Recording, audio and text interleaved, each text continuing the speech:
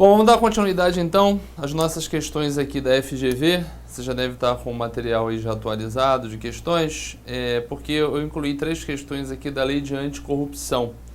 Tem concursos aí que estão cobrando a Lei de Anticorrupção, uma lei recente, nós não temos muitas questões aplicadas pela FGV, tivemos até modificações recentes, então a gente tem que ficar atento, tem que fazer a leitura da lei. A Lei de Anticorrupção a gente pode colocar como sendo uma legislação que serve para as pessoas jurídicas, como a Lei de Improbidade serve para os agentes públicos. A gente poderia dizer que seria a Lei de Improbidade Administrativa para as pessoas jurídicas, que vai ter suas características próprias. O principal destaque é o acordo de leniência, similar, à delação premiada, onde a pessoa jurídica ela vai colaborar com as investigações. Agora, não tem natureza penal, tá? São sanções de natureza administrativa e sanções de natureza judicial na instância civil. Então, não tem punição de privativa de liberdade. Tudo bem? Então, selecionei 3 questões. Essas questões já têm algumas informações que estão até desatualizadas, a gente vai fazer a atualização. Tivemos a medida provisória 703 no final de 2015, em dezembro, que alterou consideravelmente o texto dessa lei. E o que acontece? Só temos questões que praticamente todas elas estão meio que desatualizadas. Então a gente vai fazer a respectiva atualização, aproveitando as questões que nós temos. Beleza? Então vamos dar uma olhadinha aí nessa primeira questão, que eu trouxe, ficou meio quebrado aqui, né? Mas enfim, eu trouxe o PDF, a gente vai fazer a correção aqui pelo PDF, tá? Assim, acompanha aí comigo.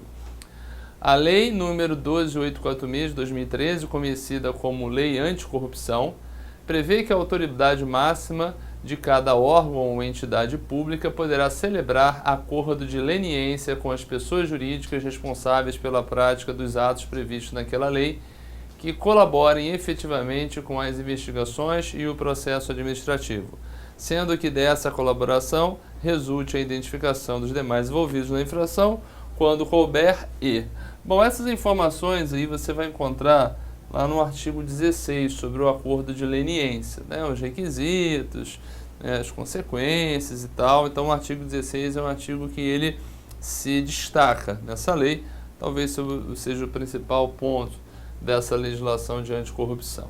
Tá? Então o que acontece? Nessa questão aqui, ele está falando dos requisitos para a realização do acordo de leniência. Tá? Um desses requisitos a gente vai encontrar aqui na letra A. Logo de cara é a letra A. Tá assim, a obtenção célere de informações e documentos que comprovem o ilícito sobre apuração. O que foi modificado com a medida provisória 703 é tirar essa palavrinha célere aqui. Mas o gabarito se manteria o mesmo. Os demais aspectos, vamos dar uma olhadinha no que está errado. Na letra A seria o gabarito, tá? Peço que você dê uma olhadinha lá no artigo 16 da lei, em especial no inciso 2. Agora o restante, ressarcimento integral do dano horário no prazo máximo de 1 ano contado da celebração. Olha, o ressarcimento ele vai ter que ocorrer, tá? Mas não tem essa restrição aqui, não é um requisito para o acordo de leniência. O ressarcimento é um movimento posterior. Letra C, o imediato ressarcimento integral do dano horário, acrescido de multa civil. Isso não é um requisito para o acordo de leniência surgir. A prisão em semiaberto não tem nem restritiva de liberdade nessa legislação. Tá? E a letra E, a proibição de contratar com o poder público ou receber benefícios ou incentivos creditícios pelo prazo de 8 anos. Isso é uma punição judicial que pode ser aplicada. Tá? Mas não é um requisito para que ocorra o acordo de leniência. Tá? Então, atenção aí para o artigo 16, o gabarito dessa questão é a letra A. Vamos para a questão 82 da nossa lista da FGV. De acordo com a Lei Federal 12.846 de 2013, na esfera administrativa, serão aplicadas às pessoas jurídicas consideradas responsáveis pelos atos lesivos previstos na Lei Anticorrupção as seguintes sanções. Aí está falando das sanções da esfera administrativa. As sanções da esfera administrativa não tem muita coisa. Tá? Nós vamos ter a multa ali com seus respectivos percentuais da receita bruta, de 1/3, de 1% a 20%, e ainda a divulgação da ilicitude, de uma certa forma mancha a imagem da empresa. Mas nós encontramos no artigo 6º, né, as medidas administrativas.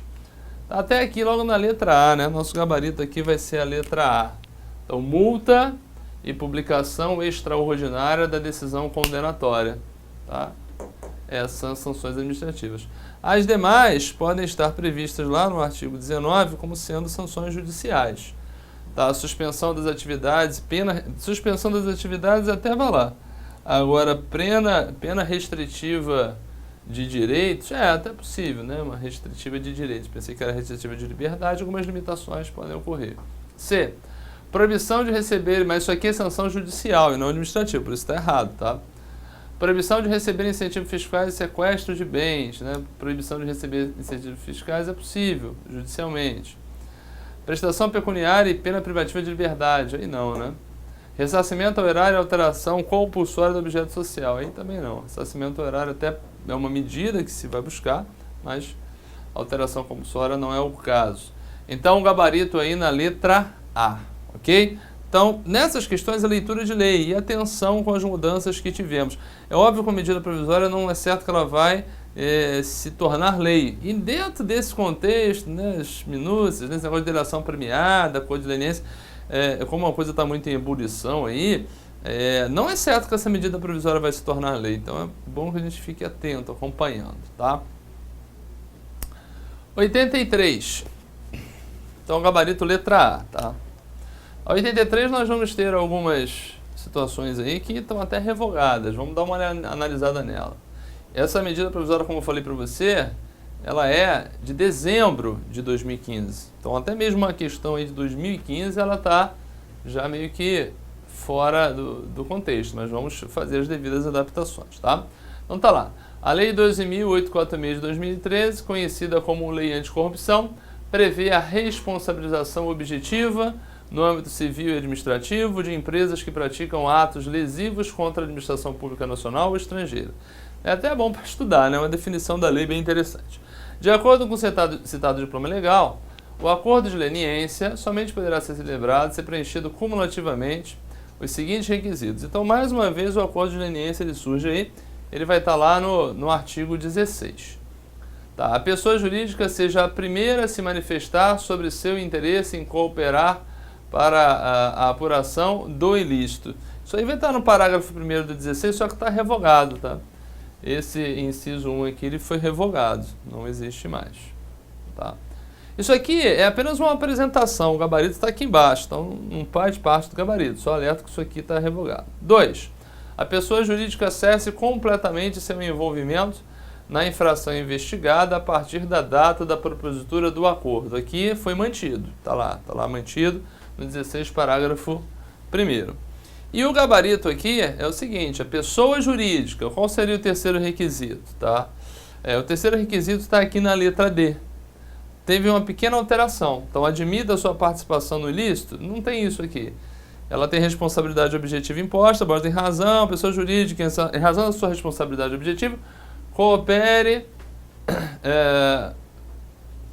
permanentemente, que é o que está agora, com as investigações e o processo administrativo, comparecendo sob suas dispensas, sempre que solicitada, a todos os atos processuais, até o seu encerramento. Tá? Então o gabarito está aqui com base lá no artigo 16, parágrafo 1º, com as alterações aí implementadas pela medida provisória.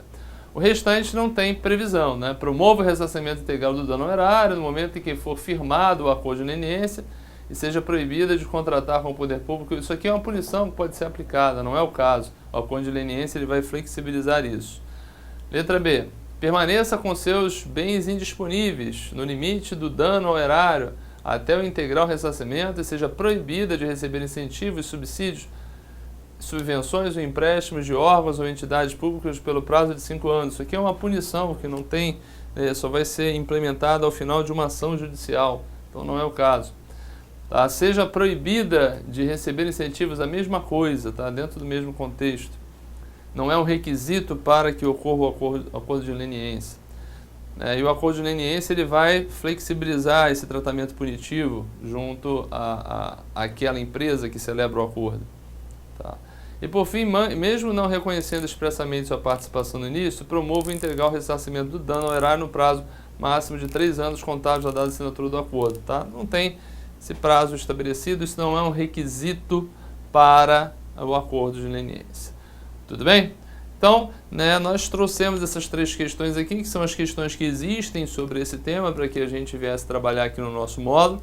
Tá? Agora, atenção especial, leitura da lei, né, o artigo 6º é importante, o artigo 16 é importante, né, que eles prevêem ali as penalidades, e o artigo 19, 18 e 19 também se mostra interessante. Beleza?